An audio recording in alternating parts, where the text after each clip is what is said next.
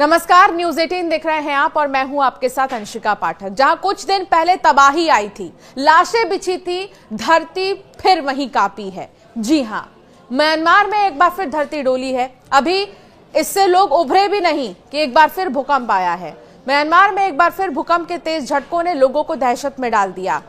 रविवार 13 अप्रैल सुबह 7:54 पर धरती जोर से हिली, जिससे कई लोग नींद से जागकर अपने घरों से बाहर निकल गए।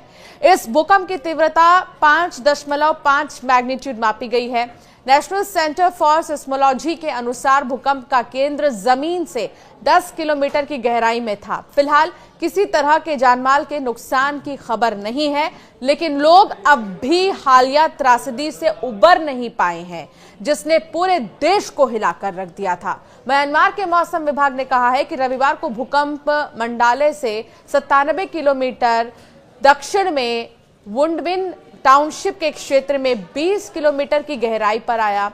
वुंडबिन के 2 निवासियों ने बताया कि भूकंप इतना शक्तिशाली था कि लोग बिल्डिंगों से बाहर भाग आए।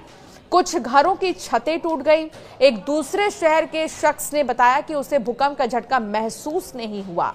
संपर्क किए गए लोगों ने सैन्य सरकार को नाराज करने के डर से नाम न बताने का अनुरोध किया है। संयुक्त राष्ट्र ने पिछले सप्ताह चेतावनी दी थी कि 28 मार्च को भूकंप से होने वाली क्षति म्यांमार में मौजूदा मानवीय संकट को और खराब कर देगी।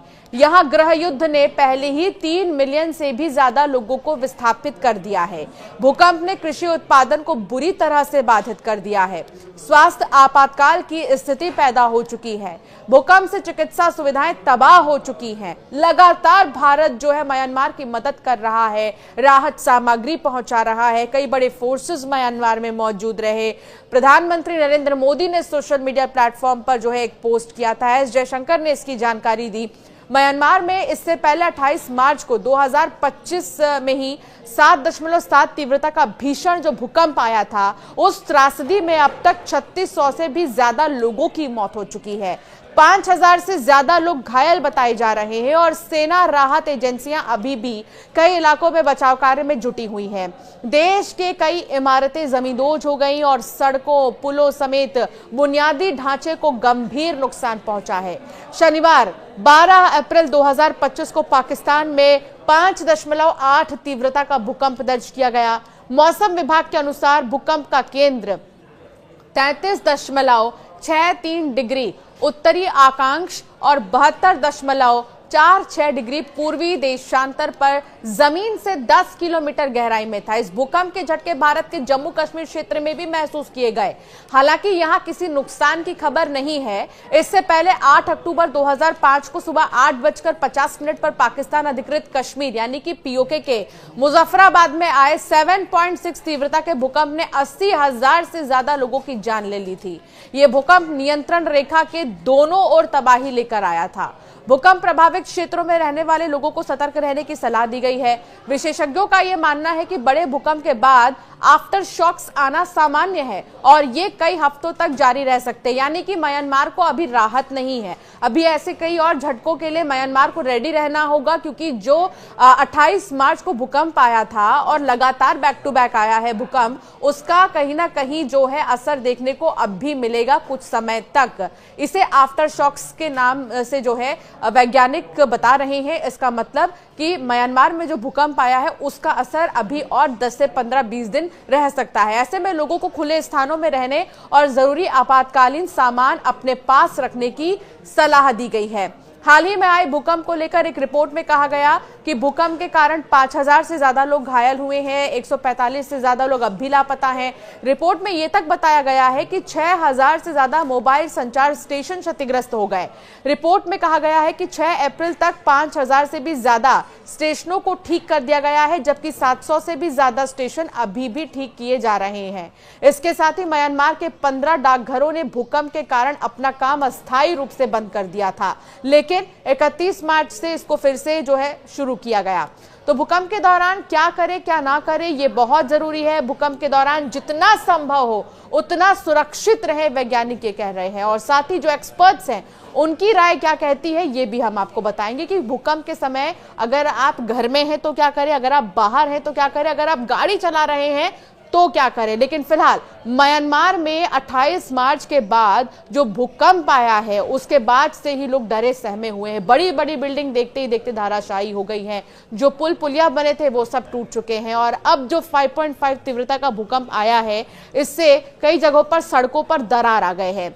अब आपको बताते हैं कि कैसे आप अपने आप को बचा सकते हैं।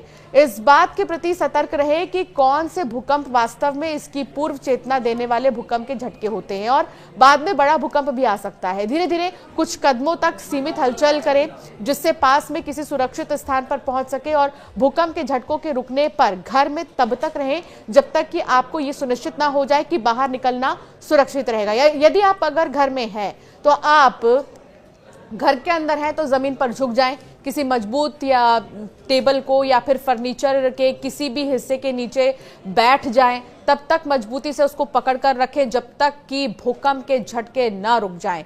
अगर आप किसी भी टेबल के पास हैं या डेस्क है तो अपने चेहरे और अपने सिर को बहुत ज़्यादा सेफ रखें, बाजुओं से अपने सिर को ढक लें और बिल्डिंग के किसी कोने में झुक कर बैठ जाएं। किसी आंतरिक दरवाजे के लेंटर, किसी कमरे के कोने में, किसी मेज या यहाँ तक कि किसी पलंग के नीचे रुककर अपने आप को आप बचा सकते हैं। शीशे, खिड़कियों, दरवाजों या दीवारों से दूर रहें। ऐसी कोई चीज़ जो गिर सकती है जैसे कि लाइटिंग या फिर आप जो झूमर देखते हैं आपके घर में लगे रहते हैं वो इस तरह की चीज़ों से आप दूर रहिए। अगर आप घर के बाहर हैं तो फिर आपको क्या करना है। अगर आप घर के बाहर हो तो जहां हो वहां से आप ना हिलें। इसके साथ ही बिल्डिंग, पेड़ों, स्ट्रीट लाइट्स और बिजली, टेलीफोन इन सब तारों से दूर रहें। अगर आप किसी खुली जगह पर हो तो वहां तब तक रुके रहें जब तक भूकंप के झटके ना रुक जाएं। सबसे बड़ा खतरा बिल्डिंग के बाहर निकास द्वारों और इसकी बाहरी दीवारों के पास होता है। भूकंप से संबंधित अधिकांश दुर्घटनाएं दीवारों के गिरने, टूट कर गिरने वाले कांच और गिरने वाली वस्तुओं के कारण ही होती हैं। यदि किसी चलते वाहन में आप हैं, अगर आप गाड़ी चला रहे हैं तो जितनी जल्दी संभव हो सुरक्षा के साथ गाड़ी को रोकें और गाड़ी में रुके रहें। बिल्डिंग, पेड़ों, ओवरपास, बिजली, टेलीफोन आदि के तारों के पास या उनके नीचे रुकने से आप बचिए। सावधानी से भूकंप के रुकने के बाद आगे बढ़िए या फिर सड़कों, पुलों, रैंप से बचे जो भूकंप द्वारा क्षतिग्रस्त हुए हो सकते हैं। तो इस तरह की चीजों से आप बचें और अपने आप को कोशिश करिए। हमारी कोशिश है कि हम आपको उतनी सावधानियां बता सके ताकि आप इस तरह जब भी भूकंप आए तो आप अपने आप को बचा सकें।